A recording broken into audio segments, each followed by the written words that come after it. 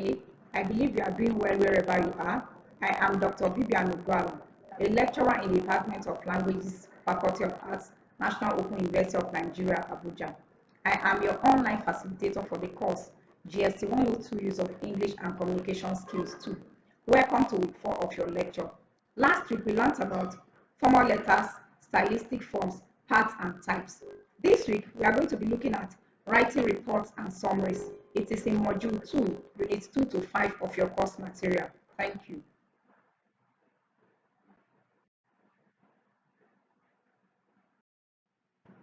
This is my email, bugwala@noun.edu.ng. If you have any question, kindly send me an email. I will respond promptly. Thank you. Intended learning outcome. At the end of the lecture, you should know how to report events, how to write reports, how to summarize long passages.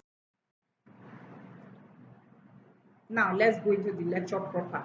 Writing reports and summaries. It's in module 2, units 2 to 5 of your course material. Have you ever asked yourself what a report is? A report is an organized, factual, and objective presentation of information. By organized, we mean that its parts should form a whole. By objective, we mean that it should not be influenced by your personal feelings. When you write a report, you try to convey some information to others. You may wish to give an account of some events that you have come to know of. You may like to describe your personal experiences or state the results of your investigation. A report may contain opinions, but these opinions should be supported by factual evidence. News stories are typical reports, but so are scientific articles, research papers, survey reports, and business reports. Any composition based on factual information is a report. Activity 1. Can you remember any reports you have written in the past? What was the report about? Endeavor to partake in this activity before you proceed to watch the remaining parts of the instructional video. Different stages of report writing. Stage 1. You ask yourself, what information is to be conveyed? What is its purpose? Who is it for? Stage 2. Here you gather relevant materials from different sources for the intended report. You take down notes. Stage 3. Write an outline of the report. Let's now look at parts of a report. Most reports contain 3 main parts. The introduction. Here you should state the subject and the purpose of the report. You may also give the background information if necessary. The body. Here you present a detailed and organized account of the subject of the report. You may also include figures, tables, graphs, and charts as supporting evidence. The conclusion. You should summarize your observations and give your suggestions or recommendations. Stage 4. Here you look at the language to be used in writing the reports. And this depends on the kind of topic you want to write about and the kind of reader you have in mind.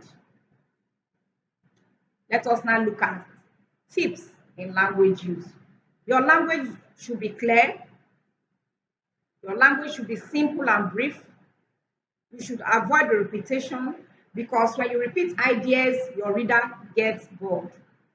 Avoid using jargon. Let us now look at types of reports. The common types of reports are reports on events, reports on meetings and speeches, reports on interviews, reports on tests and experiments, reports on surveys. When reporting an event, be sure to include the precise details of the time. Include the date and the place. Be exact and objective and support your opinions with facts.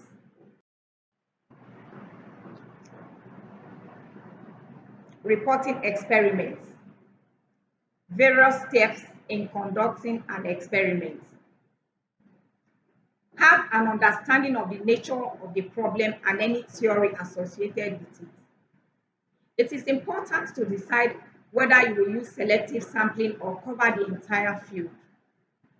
You should arrange the apparatus carefully to suit your purpose. You should record carefully and accurately the details about the purpose of the experiment, how the experiment was set up, the procedure, the results, and the conclusions. You may use illustrations like diagrams, drawings, graphs, maps, or tables.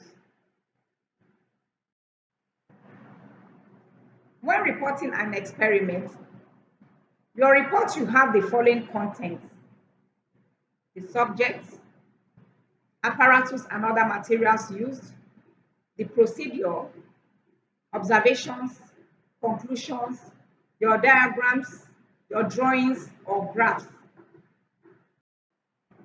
Now let us move on to summary writing. Techniques of summarizing. What is a summary, or what is summary writing? Summary is a concise, brief presentation of a long passage. Before you begin to summarize a long passage, ensure that you read that passage more than once. After reading, think of details you can remove from each sentence without destroying meaning in the sentence or the passage. The new sentences you have created by means of these deletions or removal of words will then form a summary of the passage. It is not necessary to include in your summary all the details that occur in a passage.